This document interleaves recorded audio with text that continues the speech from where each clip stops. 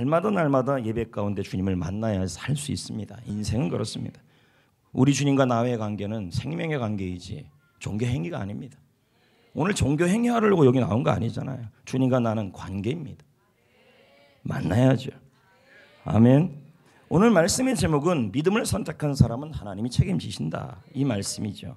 보면 지난주 설교 시간에 나눴던 갈렙에 대한 얘기입니다. 갈렙은 헤브론 산지를 달라고 합니다. 그런데 헤브론 산지를 선택한다는 것은 갈렙에게 큰 의미가 있는 이야기죠. 그는 이것은 믿음으로 선택한 것이었습니다. 왜냐하면 그렇게 할 때 하나님이 그의 인생을 책임져 주셨습니다. 9절 말씀을 보겠습니다. 다 같이 읽어보겠습니다. 시작.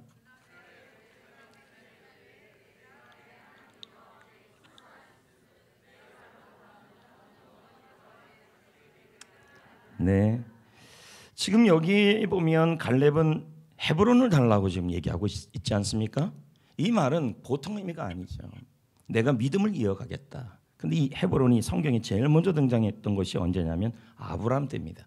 근데 아브라함에게 헤브론 산지가 등장할 때는 언제냐면 그의 부인 사라가 죽었을 때 땅을 사는데 그 땅이 헤브론 땅이에요. 근데 그러기 전에 하나님께서 아브라함에게 창세기 12장 1절 2절에 땅을 약속합니다. 땅 주겠다고 그랬습니다. 읽어볼까요? 땅은 안 줘요. 56년 동안. 자, 읽어봐요. 시작.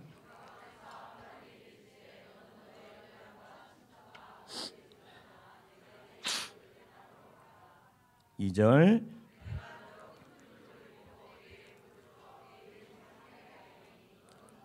네, 하나님께서 아브라함을 부르시고 네가 고향을 떠나고 친척을 떠나고 아비의 집을 떠나 내가 너에게 보여줄 땅으로 가면 가라. 그러면 땅을 주겠다.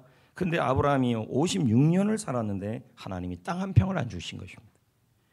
아브라함은 56년 동안 가나안 땅에서 땅 한 평을 얻지 못합니다. 그런데 언제 아브라함이 땅을 얻냐면 바로 사라가 죽은 이후입니다. 그것도 400세겔이나 주고 땅을 얻어요. 그 땅이 바로 헤브론입니다.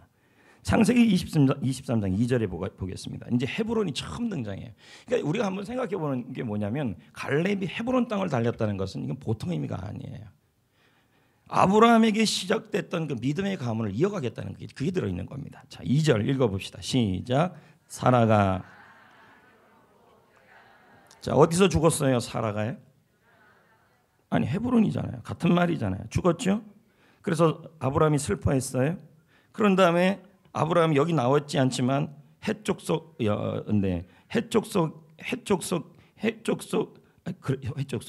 그 에브론의 밭에 있는 막벨라고를 삽니다.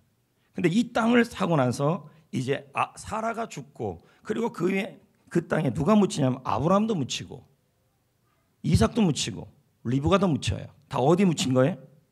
헤브론이에요. 막벨라굴입니다. 자, 창세기 25장 9절 읽어봅시다. 시작.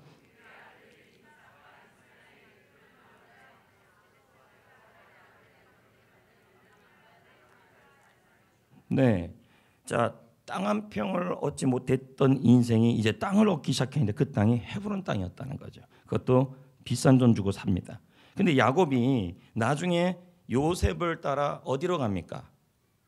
어디로 가요? 이집트로 가죠. 근데 이집트에서 야곱이 죽어요. 죽었는데 죽을 때 야곱이 이스라엘 백성들에게 자녀들에게 유언했던 얘기가 나와요. 거기도 역시 자기를 헤브론에 물어달라 그래요.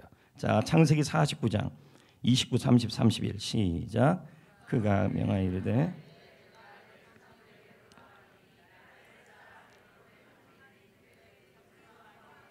자, 에브론의 밭이라고 나오죠? 예, 거기다 묻어달래요. 30절 시작.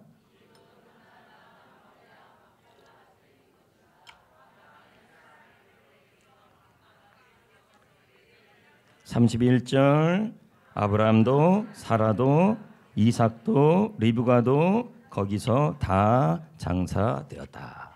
다 누가 어느 땅에 좀 믿음의 조상들이 좀 돌아가셨어요? 헤브론이에요. 그러면 이 헤브론 땅에 아브라함이 먼저 묻혔어요? 사라가 먼저 묻혔어요? 사라죠. 맞죠? 근데 여러분 이걸 어떻게 해석을 해야 되냐면 어떤 목사님은 이렇게 해석하더라고요. 지난 월요일 날 어떤 기도회에 갔는데 이 부분을 이렇게 해석하더라고요. 이 사라가 먼저 묻혔잖아요. 그럼 이 사라는 누구냐?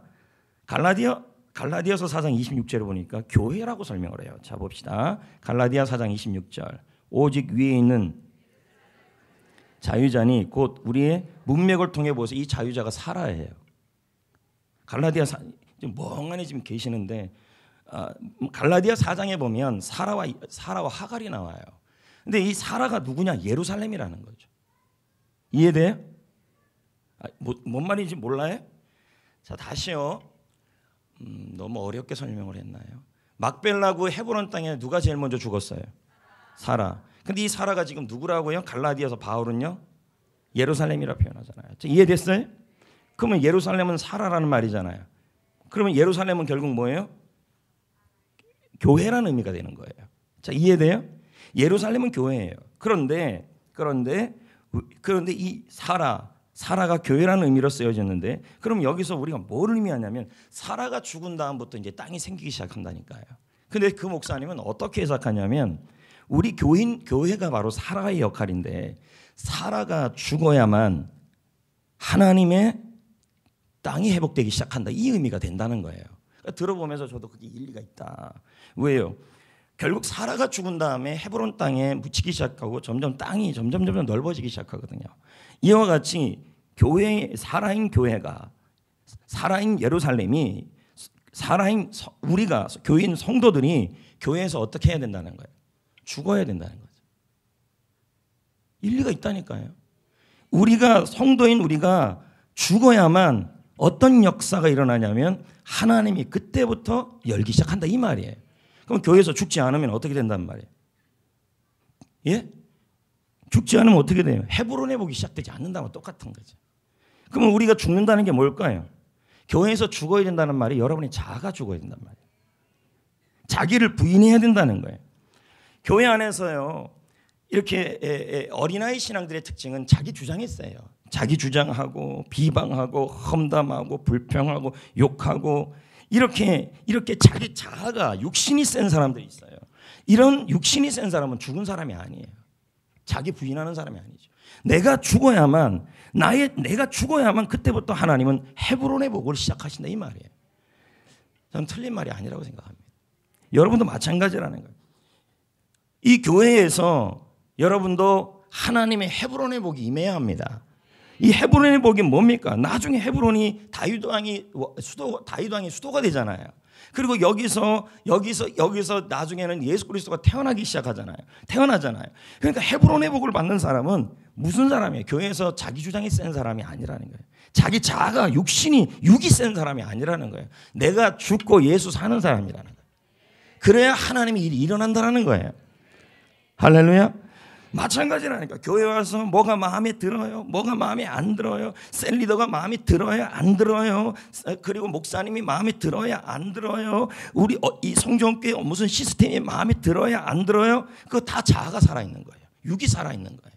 내가 죽지 않으면 주께서는 일하지 않아요, 여러분. 저는 묻고 싶어요. 여러분들도 헤브론의 복이 시작되고 여러분의 후손에게도 믿음의 후손이 시작되고 하나님의 역사가 시작되어야 할 줄 믿습니다. 헤브론의 복이 일어나야 돼요. 이 땅을 갈렙이 얻고 이 땅을 보아스와 룻이 만나는 곳이 되고 이 땅이 다윗이 왕이 되는 곳이 이 땅이 되어버려요. 그 시작이 사라가 죽었을 때. 그럼 이 사라가 갈라디아 가면 누가 된다고요? 교회가 된다는 거죠. 그럼 교회에서 성도가 어떻게 해야 돼요? 죽어야 된다는 거죠. 내가 죽어야. 그러니까 이런 거죠. 두 사람이 싸웠어요. 싸웠다고 칩시다. 서로 간에 싸웠는데 서로를 알아주냐 안 알아주냐 그 자존심의 문제가 아니라 나로 인해서 교회가 공동체가 무너지면 안 된다는 거예요. 교회를 위해서 내가 죽는 거죠. 영혼을 위해 내가 죽는 거죠. 하나님의 나라를 위해 내가 죽는 거죠. 그럴 때 하나님이 뭐 하신다는 거예요? 헤브론의 복을 주신다. 아멘. 안 죽으면 주님이 역사하지 않아요. 할렐루야. 자기 자신을 부인한다는 말은 내 주장을 없애고 자기 쪽으로 자기 욕구나 욕심이나 관심이나 거기에 집중하는 것이 아니라 남의 이목보다 화려한 집보다 술보다 탐심보다 불평보다 예수를 선택하라는 거죠. 이게 내가 부인되는 거죠. 우리는 그럽니다. 헤브론의 복을 달래요. 이 산지 달래요. 달라기 전에 죽어야죠.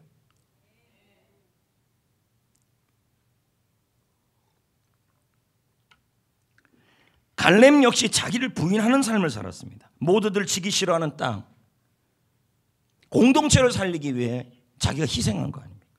여호수아보다 뒤처져도 험담하지 않았습니다. 갈등하고 싸우고 질투하고 시기하지 않았다는 거예요. 갈렙의 자아가 죽지 않아 하나님은 갈렙에게 놀라운 땅을 선물하신 것이지. 성도 여러분, 성종교회도 훌륭하게 잘 되어가고 있지만 교회에서 성도가 죽어야 합니다. 목사가 죽어야 하고 다 죽어야 합니다. 뭐 가서 그럼 이거 지금 늦게 들어와서 이것만 듣자 그러면 이거 다 자살하러 가자니 이런 의미입니까? 이거 말할 때마다 겁이 나요. 다 같이 우리 뭐 집단 자살하자 그게 아니잖아요. 자아가 죽자는 거잖아요.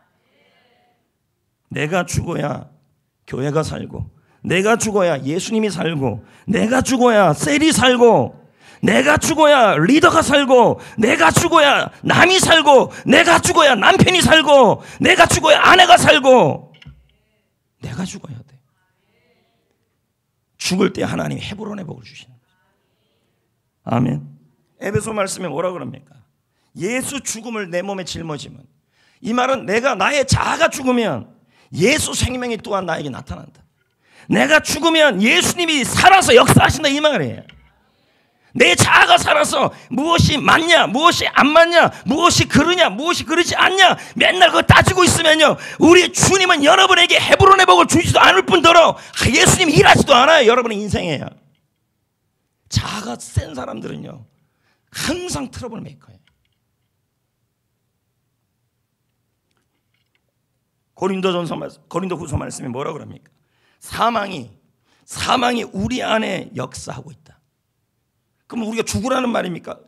그게 아니잖아요.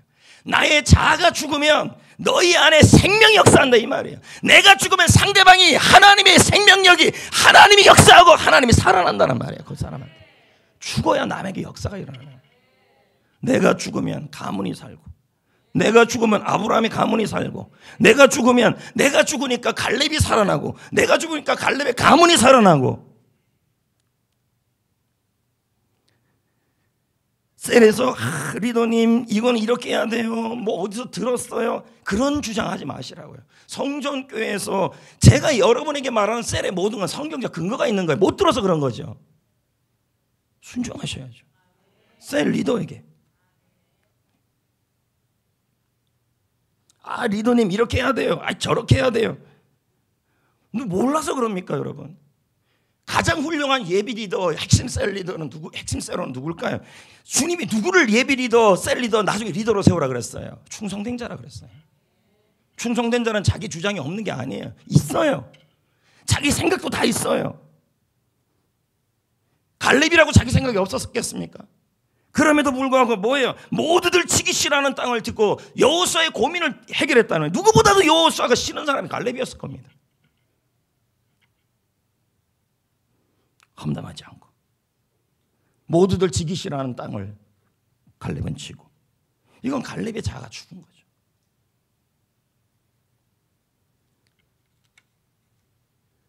할렐루야. 할렐루야. 이제 새로운 성도님들이 많이 오니까 우리 교회에서 제가 훈련시켰던 내용들을 못 배운 분들하고 이 비전에 충돌이 있을 수도 있어요. 그러나 바로 가셔야 돼요. 뭔 말인지 아세요? 바로 가셔야 돼요. 빠르게 가지 말고 바르게. 양보하시면 안 돼요.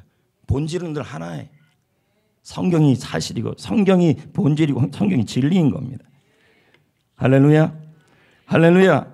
여러분, 내가 죽어야 셀이 살아요. 내가 죽어야 가정이 살아요. 내가 죽어야 교회가 살아요. 내가 죽어야 영혼이 살아요. 내가 죽어야 하나님이 일하셔요. 할렐루야. 내가 죽어야 돼. 주님이 죽여주실 거예요. 자, 지금 웃은 분들이 제일 안 죽는 사람일 수도 있나요? 주님이 죽여주실 거예요. 여러분은 죽기 싫으니까. 제자는 나를 부인하는 사람이에요. 할렐루야.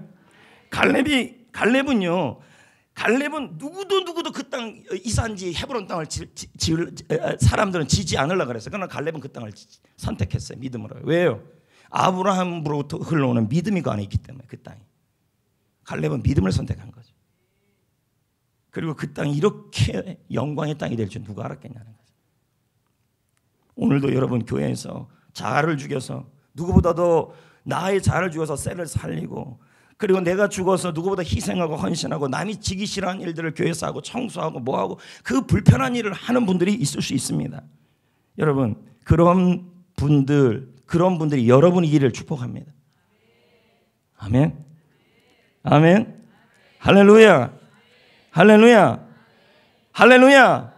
건강한 교회, 아름다운 교회는 비전 안에서 예수 안에서 예수 때문에 제자가 되어서 자기를 부인하고 내가 죽고 예수 사는 삶을 만드는 교회. 그래서 교회 안에 내가 보이는 것이 아니라 예수가 보이는 교회. 그 교회가 좋은 교회. 그래 예수님이 살아서 역사하죠. 수천 명, 수백 명의 자기 주장만 가득한 교회라면 맨날 싸움만 일어나는 거예요. 내가 죽어야 예수가 드러나고 예수가 드러나야 예수가 일하고 예수가 역사해야 여러분이 유익이에요. 왜요? 예수님이 살아서 일하시니까. 믿으시면 아멘. 아멘. 우리 손을 꽉 잡고 가슴을 치면서 내가 문제다. 시작. 내가 죽어야 돼요. 예. 셀 안에서 이런 갈등 저런 갈등 계속 일어날 수도 있어요. 그러나 건강한 셀들은 갈등이 있어요. 그럴 때 누구 탓하지 마세요. 아 리더 문제야. 아유 셀은 문제야. 누구 문제야. 그렇다고 셀 모임 안 가는 일이 일어나면 안 돼요. 그건 여러분 손에. 그때는 내가 죽으라는 때라는 거죠. 내가 죽어야 내가 죽기만 하면 헤브론의 은혜를 주실 겁니다. 아멘. 할렐루야. 내가 그리스도와 함께 십자가에 못 박혔나니 그런즉 이제는 내가 사는 것이 아니라 내 안에 예수가 사는 것이라. 이제 내가 육체 가운데 사는 것은 나를 위해 자기 몸을 버리신 하나님의 아들을 믿는 믿음 안에서 사는 것이라. 내가 사는 게 예수를 믿는 거죠. 여러분을 통해 예수가 보여야지 여러분의 고집이 보이시면 안 돼요. 그래야 은혜가 되죠. 아멘. 할렐루야. 믿음을 선택한 여인이 또 하나 있죠. 라합이죠. 기생, 가나안 여인, 비천한 여성. 그런데 하나님은 가나안 땅을 정복할 때 이 기생 라합을 선택하여 사용하셨습니다. 그 이유가 무엇일까요? 그녀의 믿음 때문이죠. 흔들리지 않는 믿음. 그녀는 믿음을 선택합니다. 여러분 내 삶 속에 무슨 일이 일어나도요 먹고 입고 마시는 것 때문에 믿음 포기하지 마세요. 생명 걸고 믿음 잡으시면 생명 걸고 믿음을 잡으면 목숨 걸고 믿음 잡으면 믿음이 나의 가장 소중한 걸 알고 믿음 하나 꽉 붙들면요 여러분과 여러분의 가정이 살아납니다. 먹고 입고 마시는 것 때문에 믿음이 요즘 왜 이렇게 뜸해요 했더니 돈 버느라고 바빠요. 죄송합니다. 돈 버느라고 바쁩니까? 믿음을 잡으셔야 돼요. 믿음을 선택하셔야 돼요. 돈도 벌고 다 벌어야 합니다. 그러나 하나님 앞에서 어느 상황이든 간에 믿음을 선택하고 믿음을 붙들고 목숨 걸고 믿음을 잡은 사람들이 살아나는 경우가 있어요. 라합은요 목숨 걸고 믿음을 선택했어요. 왜요? 모든 것이 다 무너져요. 여리고성이 무너지는 상황이에요. 근데 자기네 집에 정탐꾼 2명이 들어왔죠. 여리고 왕이 이걸 알아차렸습니다. 소식을 듣고 라합에게 찾아옵니다. 내 나라 없다. 숨겼지요.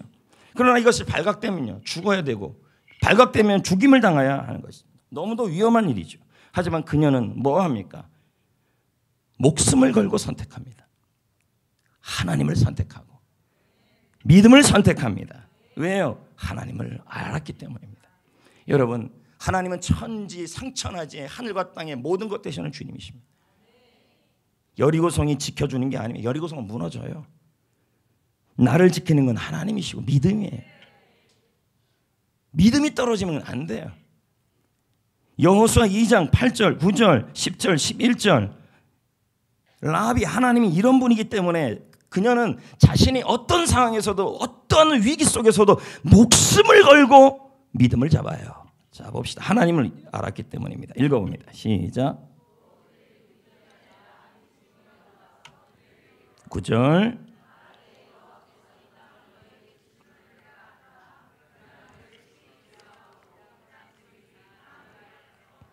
10절.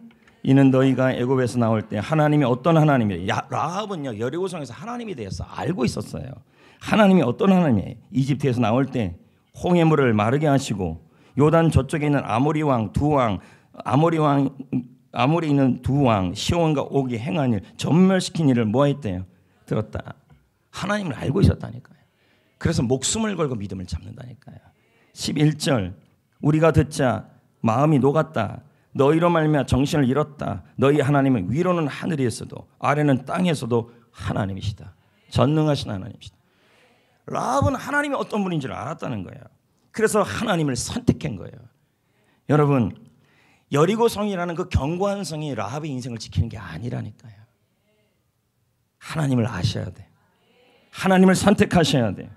하나님만이 여러분의 인생을 지켜줄 수 있는 유일한 분이십니다. 여러분, 목숨을 걸고 주님을 선택하고 믿음을 선택하십시오.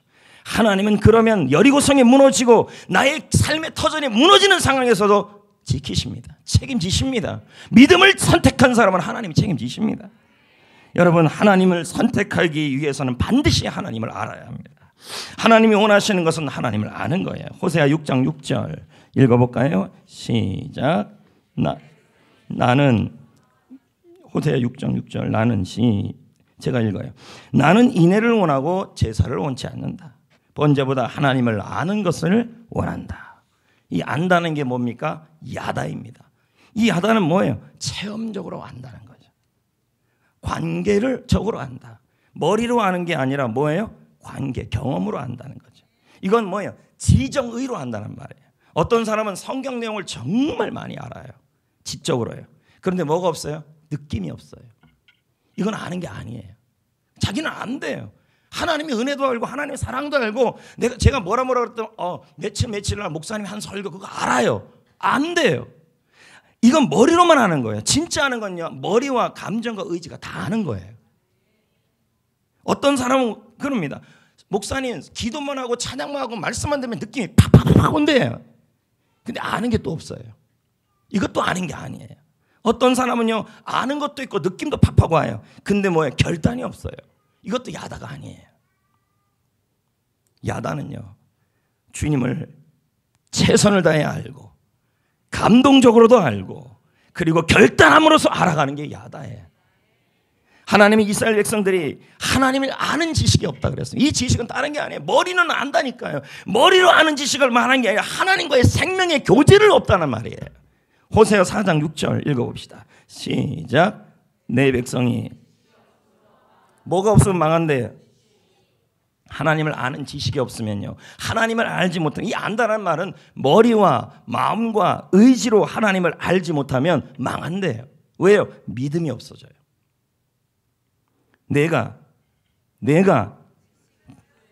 나도 너를, 그러면 하나님을 알아가는 것이 약하면, 하나님과의 그 알아감이 약하면 하나님도 우리와 멀어진다는 말입니다.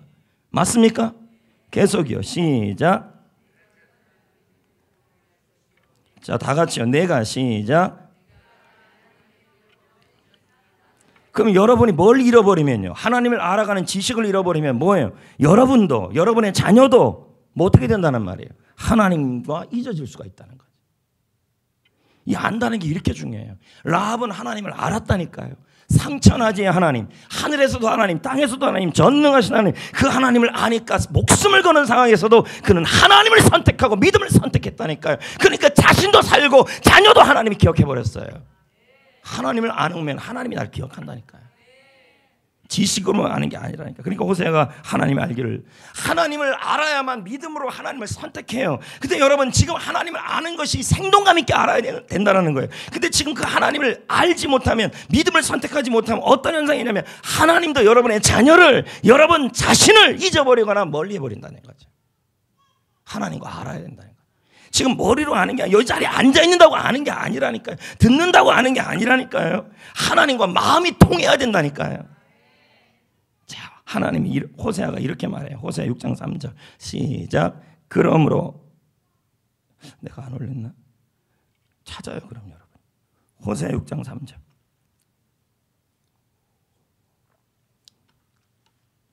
호세아 6장 3절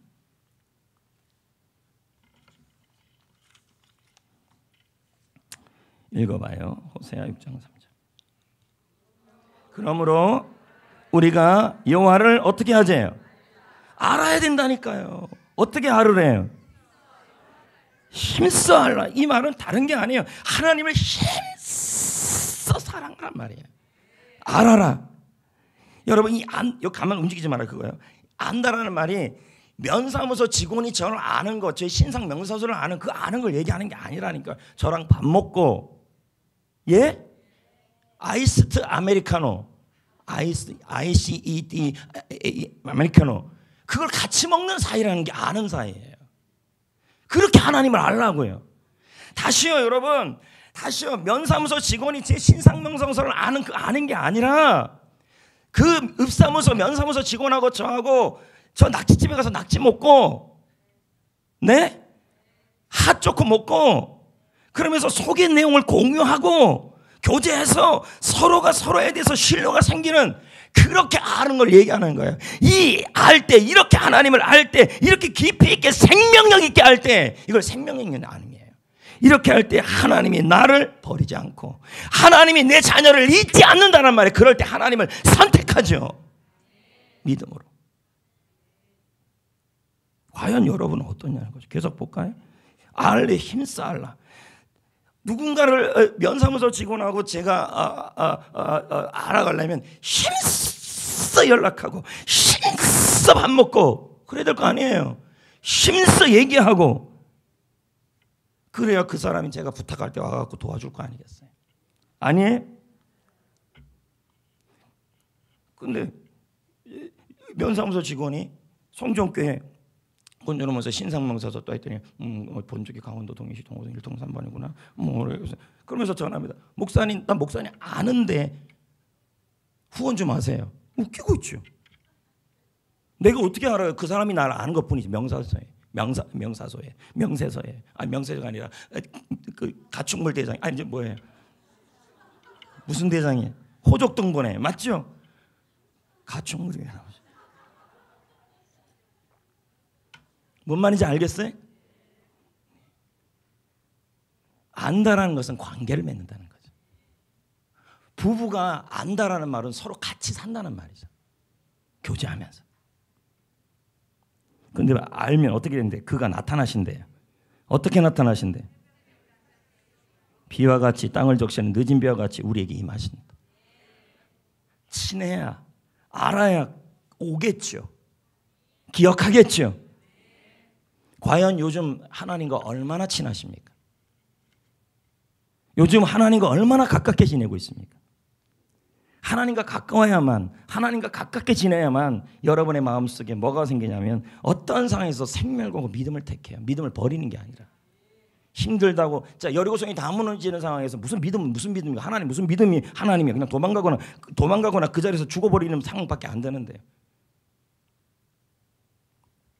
그 상황에서 하나님을 선택한다는 것은 하나님을 알았기 때문에 라합이야. 아멘. 여러분 알아야 안다라는 것은 뭐냐면 마음이 같이 간다는 말이에요. 그 사람과 내가. 아모스 3장 3절 읽어봅시다. 됐어요. 움직여요. 아모스 3장 3절. 아모스인데요.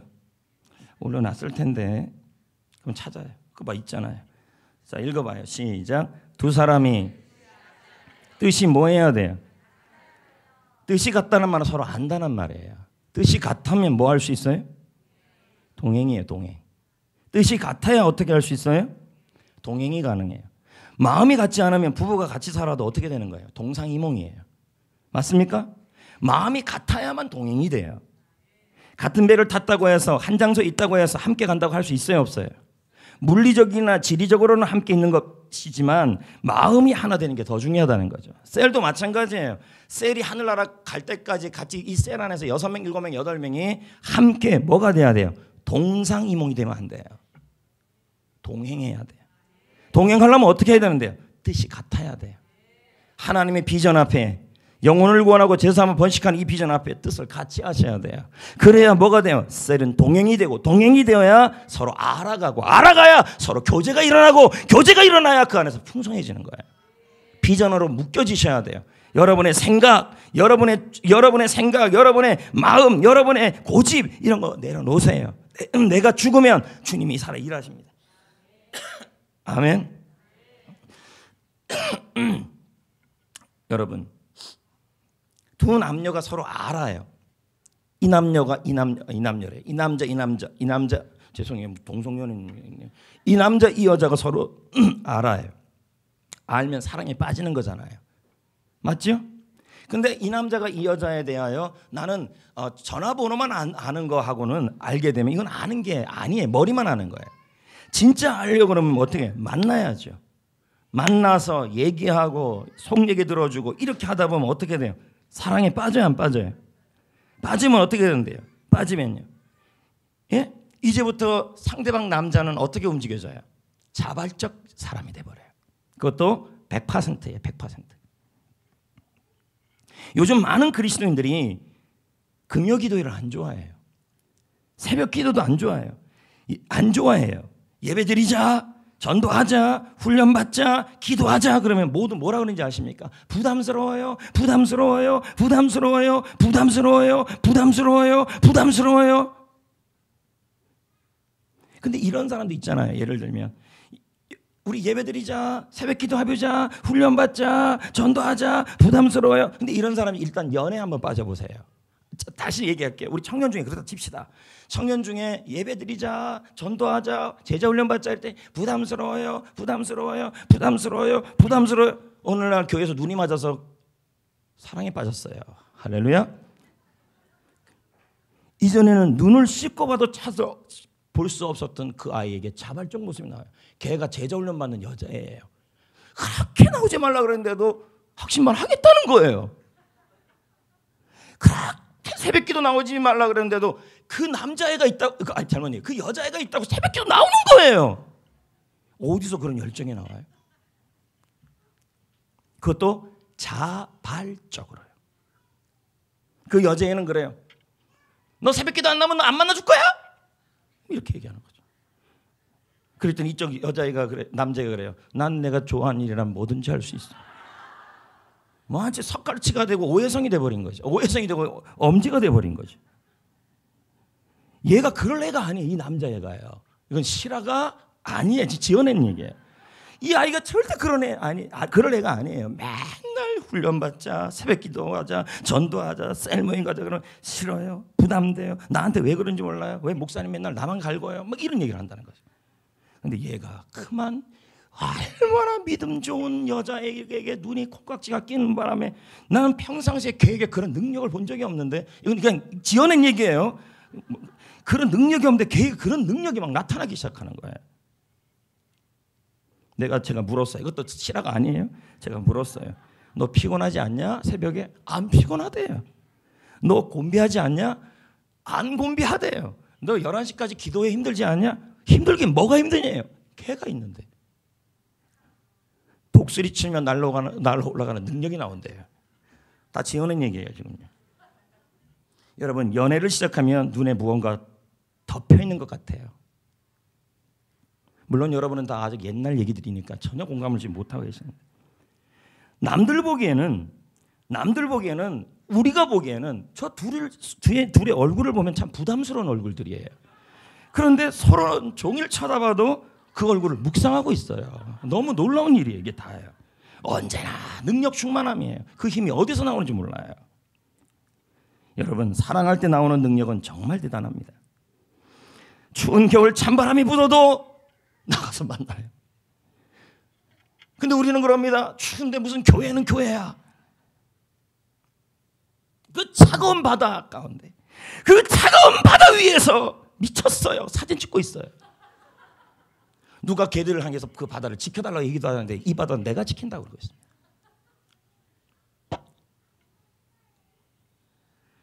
사랑의 힘이에요. 서로 야다해요. 그냥 아는 게 아니라 마음을 열고 뜻을 같이 하고 마음을 열어서 서로가 서로를 알아가는데 그게 알아감이 사랑으로 바뀐 거예요. 사랑하는 성도 여러분, 신앙생활은 종교의식을 배우는 것이 아닙니다.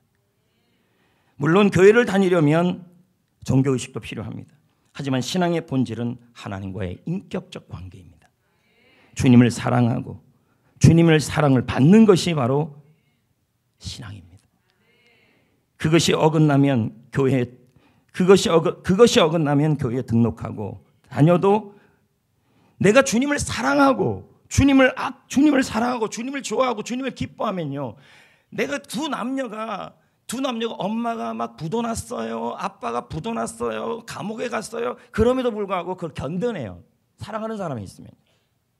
마찬가지로 여러분이 하나님과 야다하고 있으면, 하나님을 사랑하고 있으면, 하나님의 사랑을 받고 있으면요, 주위에 어떤 일이 일어나도요, 마음속에 뭐가 생기냐면 기쁨이 넘쳐요. 여러분, 교회에 등록하고 다니는 것이 의무감으로 꽉 차 있지 마십시오. 왜 그렇습니까? 주님과 사랑의 관계가 안 되고 있어요. 하나님을 섬기는 기쁨이나 감격은 다 사라지고 주님과의 이 생명의 관계에 대한 의미는 다 사라지고 있다는 거예요. 겉으로는 종교생활 잘하는 것, 예배생활 잘하는 것 같이 보여요. 예배 때마다 여기 앉아 있어요. 예배 시간 또 모임 시간 줄줄이 깨고 다 있어요. 근데 하나님을 사랑도 안 하고 있고 하나님에 대해 관심도 없고, 교회 왜 나오냐 했더니 찍히기 싫어서 나온대요. 교회 왜 나오냐 했더니 벌 안 받으려고 나온대요, 하나님께. 이게 뭡니까 도대체? 이건 하나님을 아는 게 아니에요. 하나님을 힘써 알아야 돼요. 하나님은 나를 아셔요. 나를 사랑하셔요. 그 사랑이 너무 지극해서 아들까지 보내주셨어요. 그래서 나를 사랑하기 위해서 그 아들을 죽이시고 나를 대신하여 죽이시고 저주를 해결하셔서 나를 하나님의 자녀 삼아주신 그 사랑이에요. 그렇게 나를 전인적으로 아셔요. 나도 그 사랑을 알아야 돼요. 나도 그 사랑으로 주님을 사랑해야 돼요. 그렇게 주님을 사랑해야 돼요. 벌받지 않으려고 주님을 사랑하는 것이 교회 나오는 것이 아니라, 신앙생활 예배 시간 줄줄이 깨고 있어서 나오는 것이 아니라, 나를 사랑하시는 주님이 너무 사랑스러워서 그분을 만나고 싶어서 나오는 게 바로 야다예요. 이혼을 앞둔 부부들 보세요. 집에서 같이 살아요. 그런데도 남남이에요. 의문만 있어요. 밥만 해줘요. 같이 있지만 뭐예요? 같이 있지만 뭐가 없냐? 야다가 없어요. 교제, 대화, 먹고 이런 교제가 없다는 거죠. 그건 뭐예요? 같이 있지만 뭐만 있어요? 의무만 있고, 밥을 해주는 것도 너무 싫은 거예요. 거기다가 침을 안 뱉는 게 다행인 줄 아세요? 돌아는 건 너무 싫으면 그렇죠. 하나님을 믿는 게, 예수를 믿는 게, 하나님이 나를 사랑하고 진심으로 사랑하는데, 나도 주님을 매 순간마다 그렇게 사랑하는 사람으로 주님을 알아가고 사랑해야지. 우리 삶 속에 뭐가 있냐면 주님을 섬기는 것에 기쁨이 있고 즐거움이 있고 의무가 없어지고, 교회에 나오는 것이 의무가 안 된다는 거죠. 살아계신 하나님과의 관계는 종교적 의무나 두려움 때문에 억지로 유지하는 게 아닙니다, 여러분. 세상에 이것만큼 비극이 어디 있습니까? 하나님은 살아계십니다. 지금도 살아서 여러분을 가운데 일하기를 원하시는 분이십니다. 그렇기 때문에 하나님은 살아계시기 때문에 의식과 행위로 그분과 온전한 관계를 맺을 수 있는 것이 아닙니다. 하나님과의 교제는 마음과 마음이 통해야 합니다. 하나님이 원하는 관계, 알아감이 뭔지 아십니까? 마음과 마음이 통하는 관계입니다. 이걸 뭐라 그래요? 살아있는 신앙이라는 거죠. 그렇기 때문에 예수를 믿는다는 건요, 억지로 믿으려거나 형식적 절차를 달달 외운다고 할 수 있는 게 아니에요. 제자 훈련 교제 그 달달 외운다고요. 하나님과 교제, 제가 교제 좋아지는 게 아니라, 제가 훈련을 시켜보지만 그 훈련의 교제를 달달 외우고 과제를 달달 외운다고 하나님과 관계가 좋아지는 게 아니에요. 마음이 통해야 돼요. 누구도 막을 수 없고 아무리 뜯어 말려도 멈출 수 없는 생명의 사랑으로 이 일이 가능한 거예요. 주님은 누가 뜯어 말려도 여러분을 사랑하셨어요. 그 주님을 만나야죠. 면사무소 직원이 저를 만나서 대화를 하면 애쓰고 용수시 않아도 그분의 좋은 점을 알게 되고, 주님을 만나야 돼. 주님을 만나야 할 줄 믿습니다. 참된 복음을 경험한 사람은 마지못해 억지로가 아니라 자연스럽게 솟아나는 믿음과 사랑으로 하나님을 섬기게 되는 것이죠. 나의 힘이 되신 여호와여, 내가 주님을 사랑합니다. 아멘. 주님은 여러분에게 관계를 원하십니다. 번제보다, 이 예배의식보다 더 중요한 건 하나님을 사랑하는 것인 줄 믿습니다. 물론 주님을 향한 우리의 마음을 표현하는 통로가 이 예배이기도 하고 찬양이기도 합니다. 그러나 그 속에서 주님을 안다는 말은 내가 주님을 사랑하는 마음으로 여기 꽉 차서 주님을 알아가야 된다는 말이에요. 그럴 때 주님과 통하게 되는 거예요. 찬양을 한번 예를 들어볼까요? 누군가가 열정적으로 찬양하는 것 같아요. 근데 사실 가만 들어보면 그 노래일 수도 있습니다. 살아계신 하나님에 대한 진심의 사랑과 내면의 고백이 없이 주님을 향한 사랑이라면 아무리 좋은 목소리 악기를 가져도요, 그것은 의미가 없어져요. 여러분, 누군가 여러분에게 사랑의 세레나데를 부를 때 그 마음속에 입으로 부르는 거하고 마음으로 부르는 거는 금방 느껴져요. 하나님 앞에 하나님과의 마음이 통하는 게 바로 야다인데, 마음이 통하면 모든 게 다 열리게 돼 있어요. 여러분의 인생 가문도 다 열리게 돼 있어요. 하나님과 통하려면 뭐예요? 하나님은 나에게 마음을 주셨기에 나도 하나님께 마음을 줘야 돼요. 사랑하는 마음을요. 주님은 여러분에게 마음을 원해요. 찬양을 부를 때도 마음, 예배를 드릴 때도 마음. 아까도 제가 말씀드렸잖아요. 알다, 야다, 객관적 정보를 하는 게 아니라니까요. 안다라는 말은 서로가 서로에게 마음을 주는 거예요. 열고. 하나님은 여러분에게 마음도 주시고 생명도 주시고 예수님도 주셨어요. 그런데 여러분은 그걸 받고 머리로만 기억하고 있다는 거예요. 여러분도 어떻게 매 순간마다 하나님께 야다, 나도 하나님께 마음을 드려야 돼요. 사랑하는 마음을. 아까도 제가 말씀드렸잖아요. 읍사무소 직원이 저에 대한 신상 정보를 아는 거하고 제 친구 목사님이 저에 대해서 아는 거하고는 또 달라요. 확실히. 신상 정보 아는 거 가지고 저를 안다고 하면 우스운 거죠. 저를 자주 만나서 이야기하는 목사님이 저를 아는 거죠. 제가 마음을 주고 그분도 저에게 마음을 주죠. 이걸 뭐라 그래요? 마음이 공유된다는 거죠. 저분의 마음이 내 마음이 되고 내 마음이 저분의 마음이 되는 거죠. 여러분은 자녀가 아플 때 마음이 아파요, 안 아파요? 부모의 마음이 어때요? 그 아이의 아픔이 내 아픔이 돼요. 그 아이의 고통이 내 고통이 돼요. 그 아이가 아파할 때 그 아픔이 어떤 건지 부모는 알아요. 이게 야다라니까요. 마음이 통하는 거예요.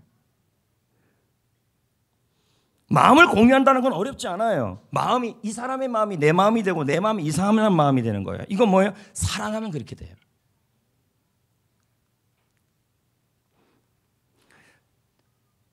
여러분이 담임 목사님이 저를 사랑한다면 목사님이 힘들어하는 것이 공유가 된다니까요. 내 마음이 된다니까요. 마찬가지로 여러분이 하나님을 사랑하면, 하나님을 사랑하고 진정으로 하나님을 사랑하면요, 하나님의 모든 것이 다 내 마음속에 느껴져요. 이게 야다라는 거죠. 하나님이 여러분에게 원하는 건 단 하나예요. 하나님의 마음과 우리의 마음이 서로 뭐 하는 거예요? 열리는 거예요. 여러분, 신앙이란 마지못해 억지로 교회 나와주고 지옥 가기 싫어서 하나님 믿어주고 벌 받을 게 두려워서 어쩔 수 없이 지키는 게 신앙 아니에요, 여러분. 하나님이 우리에게 기대하는 믿음은 하나님이 크고 놀라운 사랑, 제 종로로 타던 우리를 건져내시려고 독생자 아들 예수를 십자가에서 내몰아 죽이신 그 놀라운 사랑, 그 사랑에 반응하는 것이 하나님이 원하시는 거예요. 그래서 나도 주님 사랑합니다. 나도 이 마음 주님께 드립니다. 나도 주님 따르기를 원합니다. 이렇게 나의 마음을 드리는 것이 바로 서로 주님의 마음이 통하는 거예요. 그럴 때 그럴 때 주님도 우리에게 마음을 주시죠. 여러분, 우리가 먼저 주님을 사랑했습니까? 주님이 우리를 먼저 사랑했습니까? 예.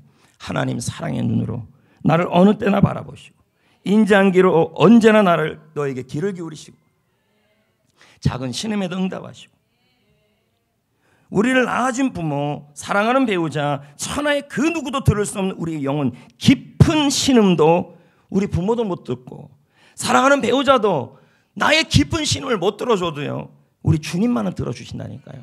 나를 그렇게 마음을 주시고 사랑하시는 분이에요. 왜 그럴까요? 전능하신 하나님이실까요? 속을 깨뜨는 신통력이 있어서 때문일까요? 아니요.